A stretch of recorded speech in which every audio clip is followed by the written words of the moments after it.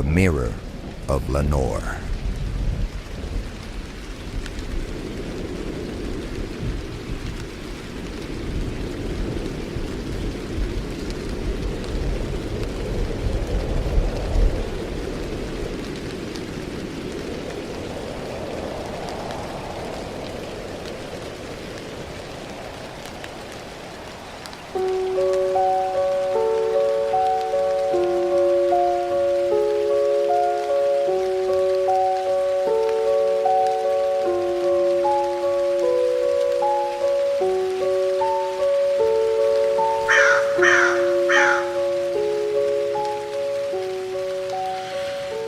Forgive me.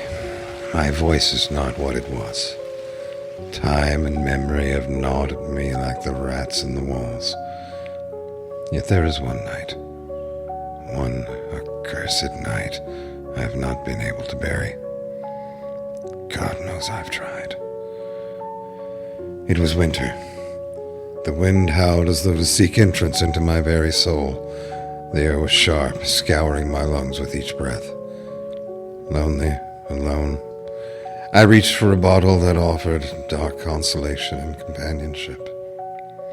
I sat in the warmth of my hearth, gazing into the looking glass that had once belonged to my Lenore. 10 years gone then. I am an old man now. Some nights, when the wind howls just so, the floorboards creak above me. And I know the thing has not forgotten me. Oh, it is a cruel thing to outlive the one you loved most.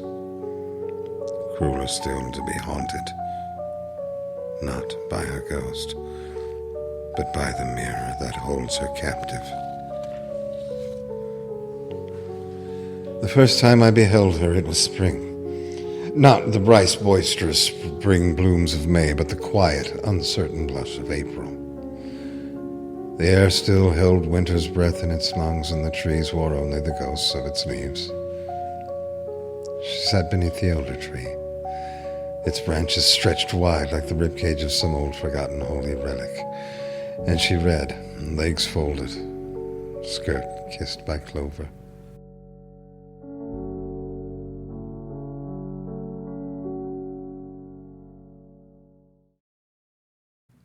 Her lips were moving while she read, not speaking, no, but tasting each word, letting them melt like honey behind her teeth. And I stood still, not out of shyness, not out of fear, but because she looked as though she belonged to the place, as though the wind and stone and silence had conjured her there. To step forward would shatter that delicate spell. Her hair, it wasn't the polished ringlets of society women. It was wild, wind-tossed copper that showed bright in the gray light. She had freckles, like a constellation scattered across her nose, a galaxy made of flesh. Then, in an instant, her eyes locked onto mine and stayed there. No blush, no polite dismissal, just recognition, as if she'd been waiting. With a tilt of her head, she said, "You walk like a man who talks to ghosts." I laughed, startled by her boldness, then replied, "And you read like a woman who listens to them." I buried her beneath that holy elder tree. She died in this very room. She stared into that mirror as her breath turned shallow, and I wrote poems about her death instead of holding her hand. O Lenore, thy name I keep upon my lips in waking sleep, and if thou dwellest beyond the shore, then let me drift to thee once more. I had been alone for hours, so I thought. The night crept in, while the wind howled unforgivingly outside. The fire was low and the brandy was warm in my hand. I was lost in my sorrows, mourning the years without her. Weary, and through the brandy haze I remember I had looked into the glass above the mantel, only to find my reflection fail, still, unblinking. And then there was something else. You whisper my name, thinking I cannot hear, but I hear every word. Lenore? Is it truly you? No, it's not real. My ears betray me. It's the drink, the fire, the fever of grief, nothing more. Lenore cannot speak. Lenore is dust. Lenore is bone. It is madness. Yes, madness. You used to call me your moonlight, but now you hide away from the night. I've gone mad. Oh, say something, my love. Say anything. I would give the rest of my days just to listen to your voice once more. Do you remember my hands? How they used to rest on your pages. Now they rest beneath earth and stone. You were the first and only love I ever knew. How many nights did I beg for this? How many times have I whispered your name to this empty room? You haven't aged a day. The tilt of your smile, the color of your skin, what I would give to hold you again. It is a cruel fate that you are just beyond the reach of my hand. Edgar. She began to disappear before death ever touched her. Each morning, less color in her lips, less sound in her voice. I remember the day we met, Edgar. You think it is sacred, our meeting beneath that crooked tree.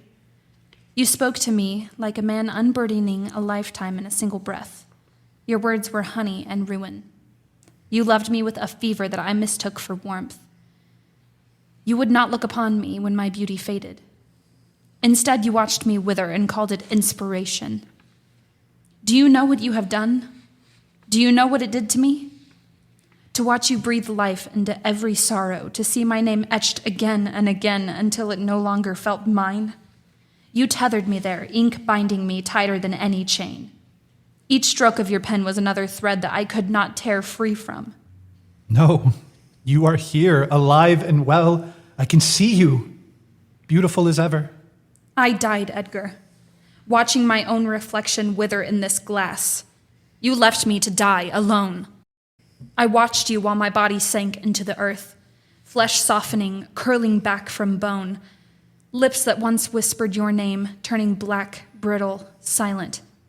Worms traced the lines of my hands as if they read me like scripture. And the grave drank me in piece by piece. But I knew, I was aware. I felt the weight of the coffin pressing against my chest, the smothering dirt above, the air gone too soon. I clawed in the dark, tearing my nails until there was nothing left. I screamed, Edgar. I screamed your name, yet no one heard but the worms. Do not speak of the grave, not with such dreadful clarity. My mind cannot bear the image, your beauty broken, your flesh undone, your lips darkened by the earth. I cannot bear the thought of it. Remember this, Edgar. Before I was death, I was your life. Then my beloved, my beautiful Lenore, changed. Her smile split wide, too wide. The flesh around her eyes sank, the skin collapsing in an instant to black hollows. Her hair writhed and withered into tangled ropes. The color drained from her cheeks like a paint stripping from a canvas. Her lips peeled back, exposing teeth that were no longer her own instead. Long, sharp, rotted at the root. A thin, wet sound hissed from between them as her jaw jerked sideways, too far for any living bone to bear. In horror, I fell to the floor. You could not bear to watch me die, pathetic, cowardly man. She rotted away while still alive, and I could not look upon her. Not even to say goodbye.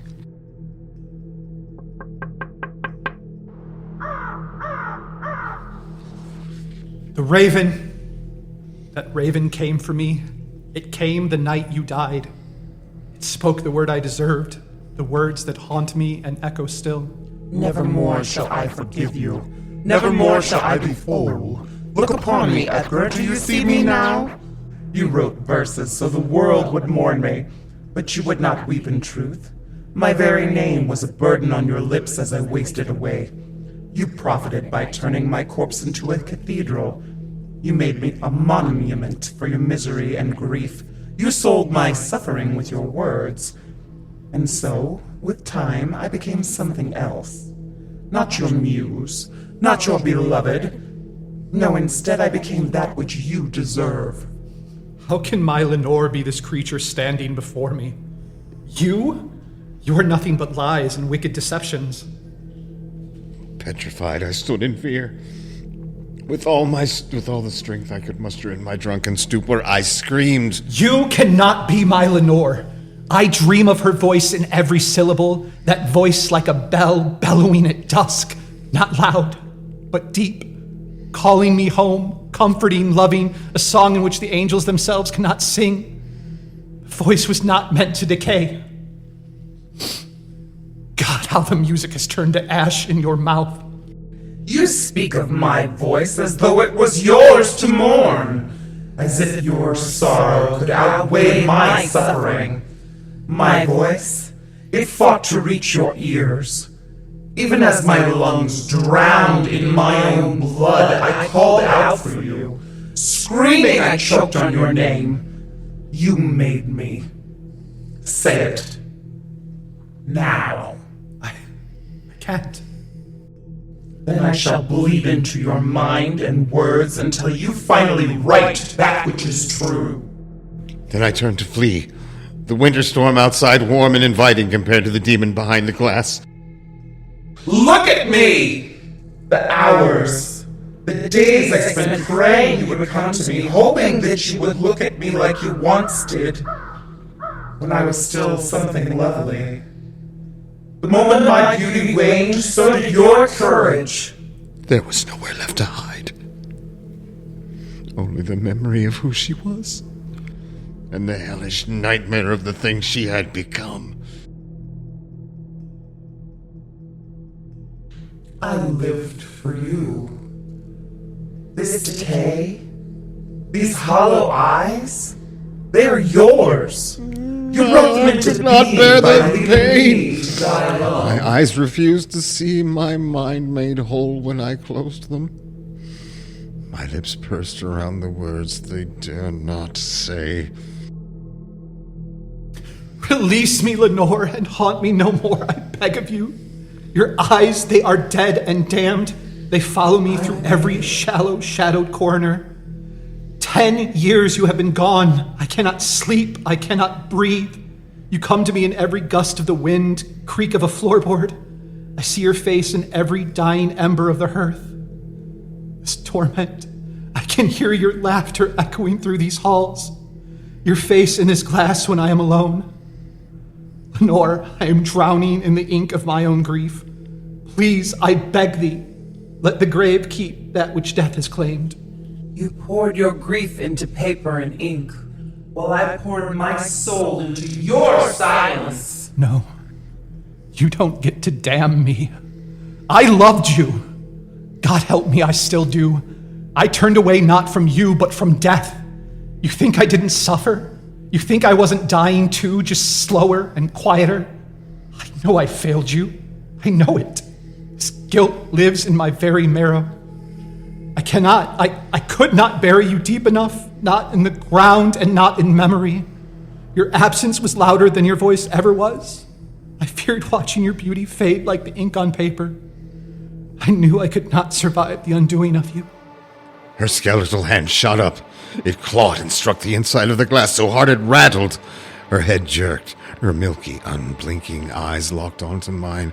Her fingers, Lord, her fingers. Crooked, white, skeletal hooks raking down the pane, scraping, screaming against the glass. And then... nothing. The mirror was empty. Only my own reflection stared back. And then at last, in the darkness, a voice broke. Love that comes too late is no love at all. Lenore? Lenore?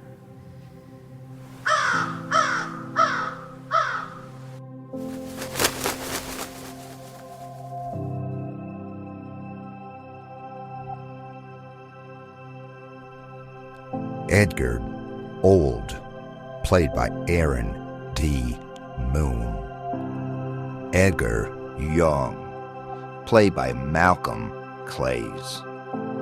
Lenore, living, played by Kara Wood. Lenore, dead, played by Jackie Johnson. Script written by Jackie Johnson. Editing done by Tim Mullins.